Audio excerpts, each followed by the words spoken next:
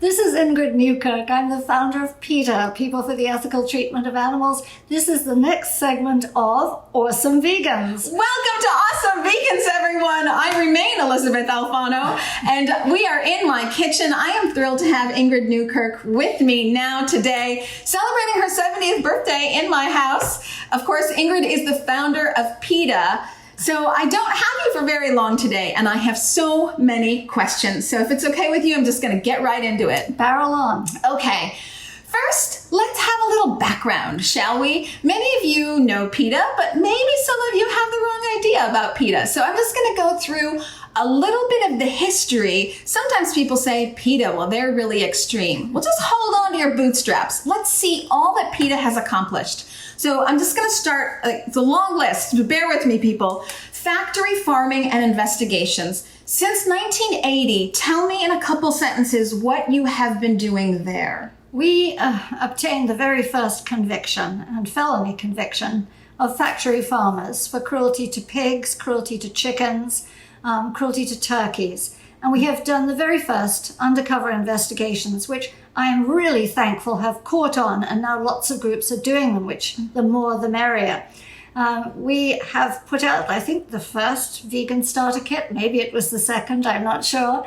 And we give away millions of them, and millions of people download them on the internet. And we give away free samples of food to school children, everybody we can think of. We veganized cafeterias in schools, and we were the first, I think, the first ever to give people a taste of vegan hot dogs, which a lot of men particularly turned their noses up when we served them for the very first time on the National Mall in Washington, D.C.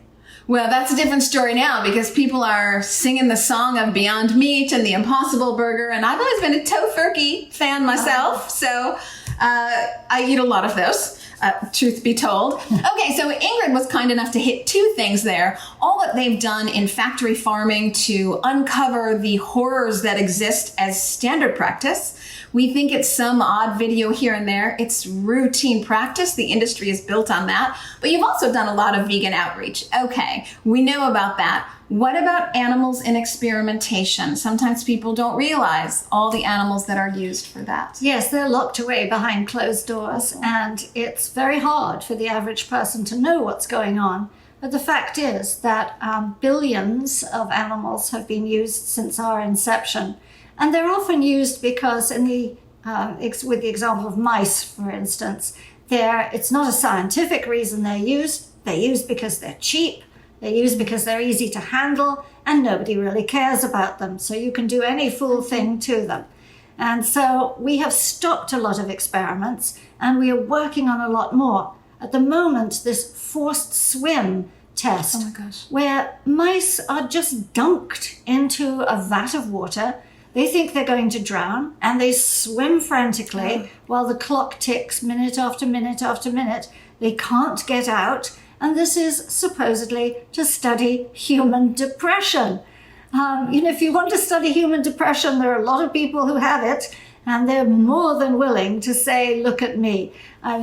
It's one thing after another, but we have had the very first search and seizure warrant in a lab, the very first confiscation of animals, and the very first conviction of experimenters for cruelty to animals. And we are not going to stop until science is modernized.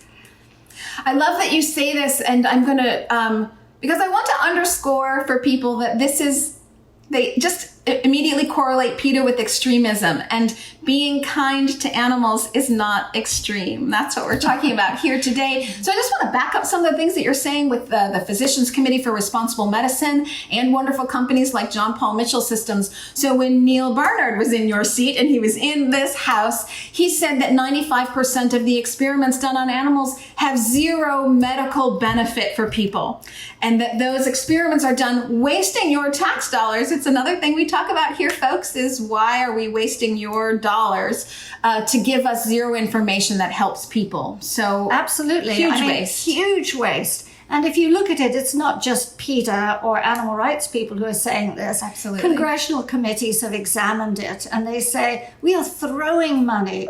National Institutes of Health is throwing money at things that have been shown over and over again have no human benefit. But we do have a PETA Science Consortium. Very few people know about it. We have, I think, 19 scientists from toxicologists to oncologists in it. And we actually fund things like an artificial lung, which you can use instead of using a poor monkey or a beagle. And we are very intent on pushing forward things like organs on a chip and human DNA and all these things. You can even make a human brain today, layer by layer, in a petri dish from human cells. It's extraordinary. So why is this allowed to go on with animals?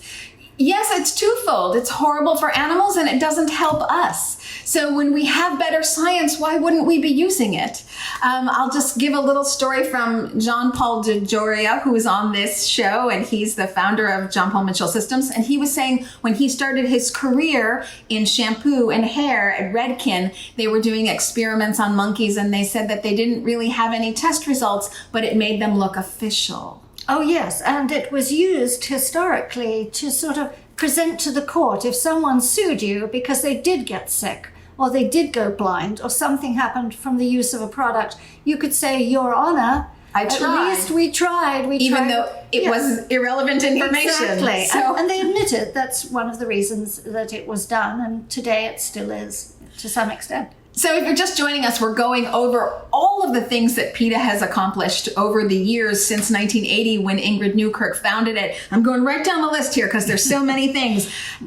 Fur, animals used in fashion. So of course the PETA slogan is animals are not ours to eat, to wear, to experiment on, or to use in entertainment or abuse in any other way. So we come to fashion.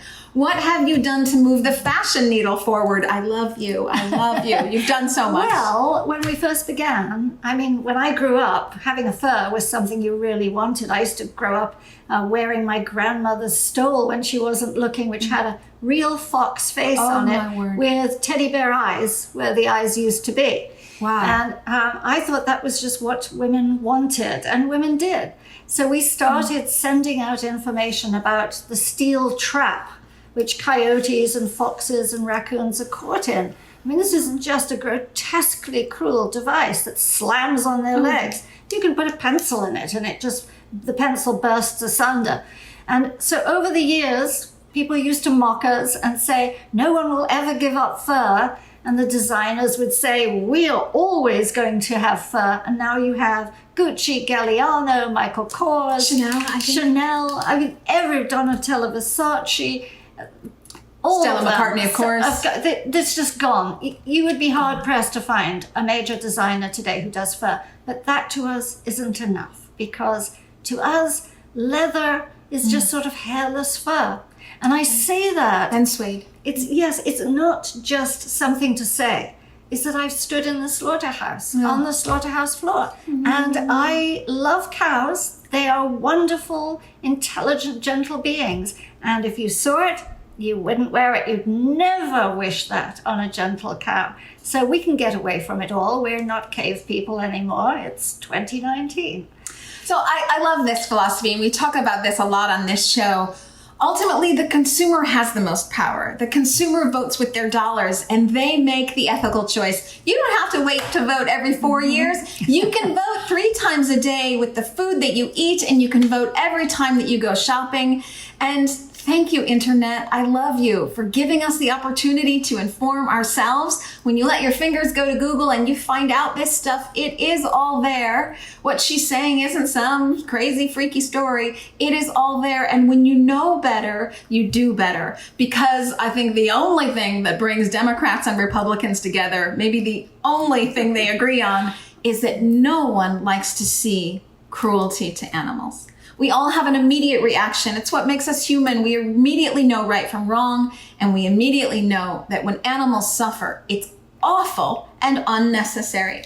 Well, I think most people are kind, and most people want to be seen as kind. Yes. But most people don't see what they're paying for. Yes. So if you show them what they're paying for, but you don't do it so that you just reduce them to frustration, anger, and tears, you do it so that they think, what options do I have then? And you show them something that's what I call a taste-alike. It tastes like the thing you're used to eating, but it isn't made from suffering. Or clothing, the same thing. You know, we started with faux fur, then we had faux shearling. We have leather today that's made from pineapples, That's from wonderful. tea, from mushrooms. Yes. It's extraordinary. This is life, which is showing us that we can be the kinds of people we tell our children we are and that we want to be, is kind, compassionate, making every choice a kind choice. It's fabulous. It is fabulous. I'll tell you, I walked into Chinese Laundry the other day. It's a shoe store. And it was my first time in Chinese Laundry. I really had been wanting to check it out for a very long time. And I walked up to the lady and I said, show me your vegan section. And she said, we don't have a vegan section. And I said, oh, you're losing out on hundreds of dollars because there aren't a whole heck of a lot of benefits to getting older, but here are some. You have some money to spend. So I was like, look, lady, I got hundreds of dollars to spend. And she's like, I'll find you vegan shoes. So she went through the shoe store and she was looking under every shoe, which now has, at least for Chinese Laundry, it has a tag that says no skin was used. Oh, and I excellent. said, well, then line up the vegan shoes and they're the only ones I'll consider. And she and I actually had a really good time together. So it's you make the decision, you, the consumer, makes And it's the true, you decision. don't have to do it in an obnoxious way. No, You we can do have it in fun. a helpful way, and people are glad. I know it used to be you went into a restaurant, you had to ask for something special. And today they realize there's money to be had. There are customers to be brought through the door. And so there's a restaurant, I think, just opposite the PETA office in LA, and they actually mark what is not vegan. I love them. I love them. Envy instead of V, and I think one day it's going to be that there won't even be any envy on the menu. It'll all be V. So Yes. it's fantastic, and it is happening. More and more stores are getting vegan clothing lines, vegan shoe lines, and some restaurants that started putting vegan things on the menu have decided, I'm going all the way, and you're seeing it more and Yeah. more. I mean, vegan. The Economist said the year 2019 is the year of the vegan. That was That's the right. Economist that Yes. said that. So there's Yes. money to be had in being vegan, and there's health to be had, and there's kindness to be had. Absolutely, and it's everywhere. Once you have the information, you can make the right decision. So let's talk about so near and dear to my heart. We probably all had this experience. I went to a circus as a kid. I am still horrified. I had an awful experience. I knew in the bottom of my stomach that it was wrong, and we're finally getting to see change. Talk to me about how PETA has influenced animals and entertainment. Well, it took almost 40 years. I think Thank it you. took 38 years of demonstrating against Ringling Brothers. They said, you know, the biggest show on earth, and it was, but we said it's the cruelest show on earth because they had so many elephants and they had other animals.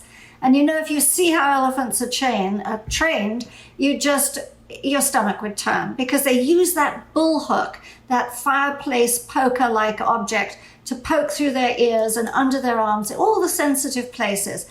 And they're separated from their mothers and so on, and chained and what have you. But we managed to get the video of that. It wasn't just us saying it. We managed to get the video and the photographs and say that and show it, and people stopped going to the circus. And now Ringling's got out of business. 12 more circuses in the last 2 years have gone out of business. And I think there are fewer than a dozen circuses touring the US now who have any animals. And some of those, of course, don't have wild animals, poor wild animals anymore. Yes. So I don't know who's my hero more. Is it Ingrid or is it you who have stopped going to the circus? I It's love you. you. I love you for It's doing you. that. I love you for doing that. Absolutely. So we are seeing more and more change of animals in entertainment. And even in the movie industry, you're seeing more CGI, as it should be. So it's just wonderful to see animals shift out of that position of torture, slavery, captivity, not being able to do what is natural and good for them. So those are really the main ones, but I do want to touch base on some other ones. You are expanding all over the world, of course. PETA Asia does remarkable work. PETA India does remarkable work.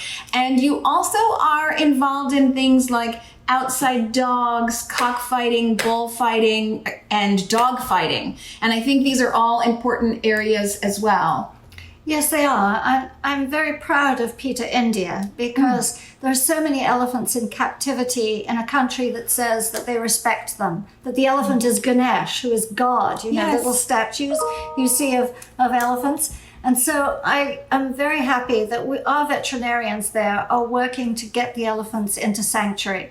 And we have rescued, it's his 5-year anniversary right now, a wonderful elephant called Sunda. Of course, they're all wonderful. But Sunda was beaten every day when he was a baby. He was just a child. And he ran away, and he was punished for running away. And we managed to bring a court case, and we managed to get him out. And he lives in this beautiful park. You can see him on our website. He swims in a pond. He has a girlfriend. He got busy right away. And he's just wonderful. So we're doing that. And of course, we're trying to, and we have just stopped yet another of these elephant polo matches. The tourists go to these camps. They have no idea that they're abusive. They tell them they're orphanages. Yes. They're not elephant gosh. orphanages. They're No. stolen baby elephants. So we're working on that. And of course, we do work with dogs chained outside in the bitter cold areas of the country where they're treated as basically cheap burglar alarms. And we do provide things like free euthanasia services, which are heartbreaking to do, but vital when people can't afford veterinary care in the final moments of some poor animal's life.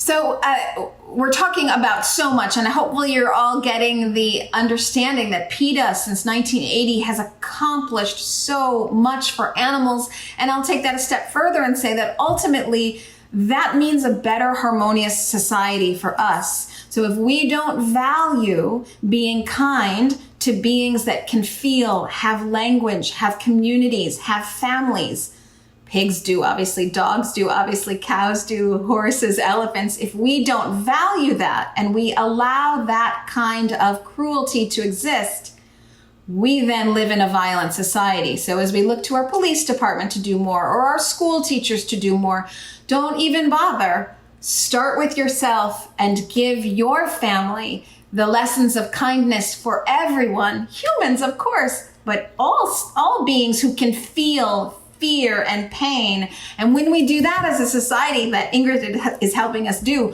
we'll see a real shift in society. No, it's the golden rule, isn't it? Isn't it? Do Right. unto others as you would have them do unto you. Put yourself in their place. And it really doesn't matter if they're from another country, another religion, they're another color, they're another species. All these discriminators, all these biases we have just have to fade away. And we have to say, there's an individual in that body. Doesn't matter what the body looks like or how similar or how dissimilar, but I know there's a feeling individual in there and I'm not going to hurt them. I'm going to do everything I can to respect them, understand them, and help them. I can't even say it better. I was going to rephrase, but that's just beautiful. There is an individual who can feel, think, communicate, and why would you ever want to do harm to something like that? And animals are so wonderful as parents too. Yeah. So many of them put us to shame, actually. They're loyal, faithful, and they'll do anything to save their babies.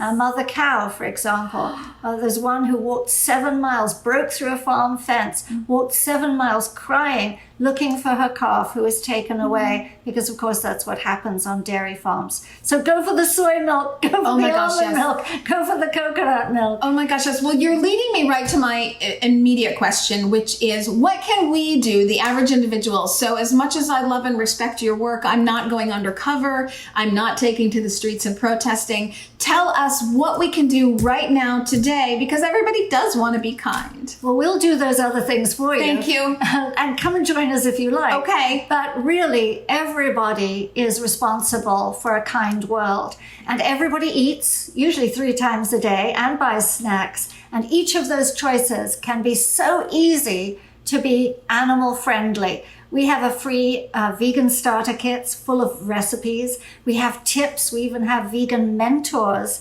who you can just call up. You can text and say, I'm in the store. What about this? And of course, we have guides to cruelty-free clothing, cruelty-free cosmetics, cruelty-free toiletries, anything that you want if your child is in school or you're a teacher, please don't let anybody dissect an animal. That's such rubbish. We have models today and computer simulators, but we will help anyone make all these steps that are vital, because without them, nothing will change. And with them, everything will change. That is right. Everything will change, and that is in our power to do. And it's not some extreme thing. You actually can voice to your teacher, I don't want to do dissection, as I didn't. A lot of you probably felt as I did. We had to dissect on a frog, and I told my science partner, I can't do it. Good. I can't do it. And it's not only easy to change. I mean, I know everybody fears change. I was at the airport and there was a little cup and it said, if you're afraid of change, leave yours here. I thought that was great. Yeah. But really, everyone just resists change, but don't. Put your toe in the water, take a step. The recipes are fabulous. The cookbooks that are available today, the clothing alternatives, they're fabulous. So just go for it. And I think it won't only be easy, but it'll be fun, it'll be modern, it'll be more enlightening, more uplifting. You'll just feel great about it inside and out. You'll feel great. And let's get with the 21st century already, right? We have better ways, so why aren't we doing better? And a lot of this, I think, we all know instinctively. And so when you make that change, as scary as change is, you do really feel better, because ultimately you always wanted it the whole time. When I was a kid, my folks got me a fur coat for Easter. They got me a bunny coat with a bunny hat and a bunny muffler. And I screamed with joy. I love bunnies. And I said, where's the bunny you promised me? And the parents mean well. And in the old days, if you'll pardon me, but the old days. Go ahead. I mean, that's how you really did it. My father came back from Newfoundland and he knew I loved animals. And he bought me a statue of a mother seal with her baby. But it was made of seal skin. I mean, that's how people don't think that way anymore. If you see that there's an animal part or an animal bit, or it comes from an animal, no volunteers gave it to whatever manufacturer. No. Those animals needed that on their own backs to keep warm or whatever. So if there's an animal attached to a product, you just stay away from it, don't touch it. And I think what you did is say something in the store very politely, very nicely, but point out, I'm awfully sorry, but I really think this shouldn't be sold because it makes people feel ill. Most people won't say anything, but it's making people feel very uncomfortable because it's a product of cruelty. So I love that you're saying that. It's one of the things I try to do on this show. You have so much power in your own voice. There's nothing more you need to do. There's no change you really need to make to voice your own opinion. When you see something that isn't right and you know it in the bottom of your stomach, you can say in a nice way, that day at Chinese Laundry, I bought 4 pairs of shoes because she had gone out of her way to find all the vegan ones for me, lined them up, we tried them on, and I was like, okay, I can do this. When I was little and my folks gave me that coat, and I wasn't understanding because they had promised a bunny and they showed up with that coat and I put it on and I said, well, this is great, but where's the bunny? And they said, you're wearing it. Oh, So using my voice, I was about 7 at the time. We were living in a building that had a lobby and they put it on me in the lobby before going out. And I said, but where's the bunny you promised? And they said, you're wearing it. I went ballistic, as 7-year-olds do, because they don't have to censor themselves. Right. Society hasn't taught them to censor themselves. Talk about using my voice. I screamed I just was in tears and was like hyperventilating. I'm a huge animal lover, even as a kid. My mother was like, get it off her. My dad was like, I tried to buy the best one. And the doorman was like, sir, is there a problem? I was unconsolable. We didn't go out that day. No, we didn't go to Easter. I had a similar thing when I was a child. We were in Spain and we pulled up at a bull ring. And the posters were there, and my parents, who were animal people in the context of those times, said, oh, we should go. And I just started crying. I instinctively knew this is not something you do. You don't stick a dagger. So we're working in Spain now, and I am so happy to tell you that the tide has changed. Over 100 cities in Spain itself have banned the bullfight. Hooray! This is so beautiful, because Spain, you do yourself a disservice when you promote something like that. And not that this makes anything better, but they're cheating. There's poison on that dagger. So this isn't even an equal situation. It is god awful. They have poisoned those animals before they start fighting. It's disgusting. Thank you for doing that. Because I was worried about you, Spain, Mexico. I got to say it as well. I'm kind of worried about you. Like, if you want my tourist dollars, no more. Thank you. Well, you know, Cancun, where many people go for a holiday, they banned the bullfight. And I think it was this week, the whole Yucatan Peninsula, Quintana Roo, banned bullfights too. Now we have to ban the swim with dolphin programs. Those dolphins need to be in the sea. Wild, of course. They want to swim and be with their families. They don't want to be into some contained little area. Awful. Oh, but there's progress. This is such a hopeful time, actually. This is a hopeful time. What's the one thing that maybe people think they understand, but they don't understand, either about animal activism or just how we treat animals in general? Where is there any sort of confusion? I think there's a lot of confusion, and part of it is because of these biases that we grow up with. I was at the bus stop the other day, and there was this rustling in the bushes, and we all looked over to see what it was. Was it a bird? You know, what was it? And it was a little rat. And everybody's initial reaction was to recoil. And a man actually looked for something to pick up and throw at the rat. And I thought, here's a mother rat, quite clearly a mother rat, who is in the only little patch of green that's left in that entire area. She's got a little hole somewhere. She's coming out, and she knows she's in danger, but she's got to come out and look for a morsel that somebody has tossed on the ground.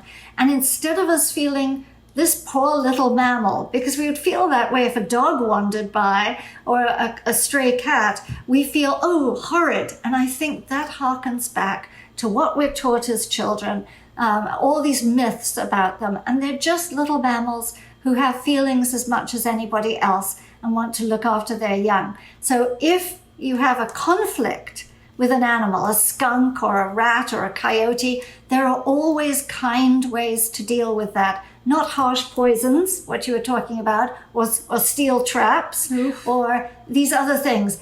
For everything, there is a compassionate way of dealing with it. And we just need to get over our fear of these little animals who we just don't happen to relate to.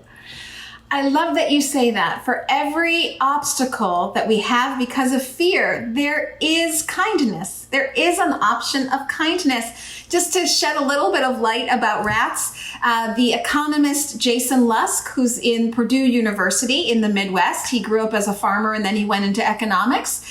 So the book Compassion by the Pound, talks all about the factory farming industry. And he's a farmer, so he talks about all of the horrors that go on in factory farms, but he also tries to align with studies of compassion and what these animals go through. There was a study about rats. Awful, they're in cages, and they wanted to see how they recoiled from smoke so that they could make a determination about humans and smoking. It really didn't make sense, like most animal experiments don't. They pumped in smoke to their glass cage. The rats, not liking the smoke, strategized together to form a team to take their feces and plug up the hole. Oh, they're so clever. So they had found a solution to a problem that they had done with teamwork.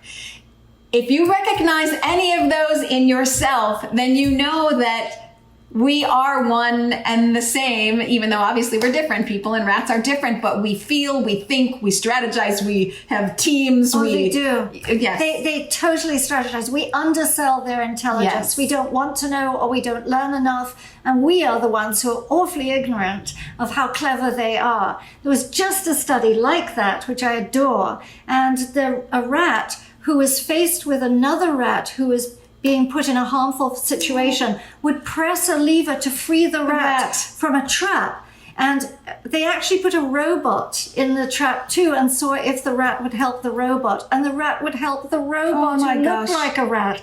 There's another one with monkeys who refused up to, I think it was 11, it might have been 14 days, to press a button that would deliver an electric shock to another monkey who they didn't even know. And they went without food day after day after day. And my question is, who is the more empathetic, who is the more understanding, not the person who devised that experiment. We need to make sure that we tell our representatives that we don't want our tax money going for this kind of rubbish. It's cruel rubbish. There are many other wonderful modern things that can be done.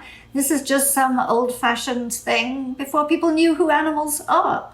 It's awful, and we do have a voice, but even more importantly, if we don't stand up for the more vulnerable among us in our society, what does that say about our society? And it does not bode well for us in this generation or our children's generation. It just becomes more and more violent. If we don't stand up for that which is kind, then we have violence on our hands and we suffer at the harm of our own poor decisions. So that's a god-awful experiment. Everyone voice your opinions to your representatives and use your wallet. Vote with your dollars. And be against all bullying, regardless of species, nationality, religion, gender.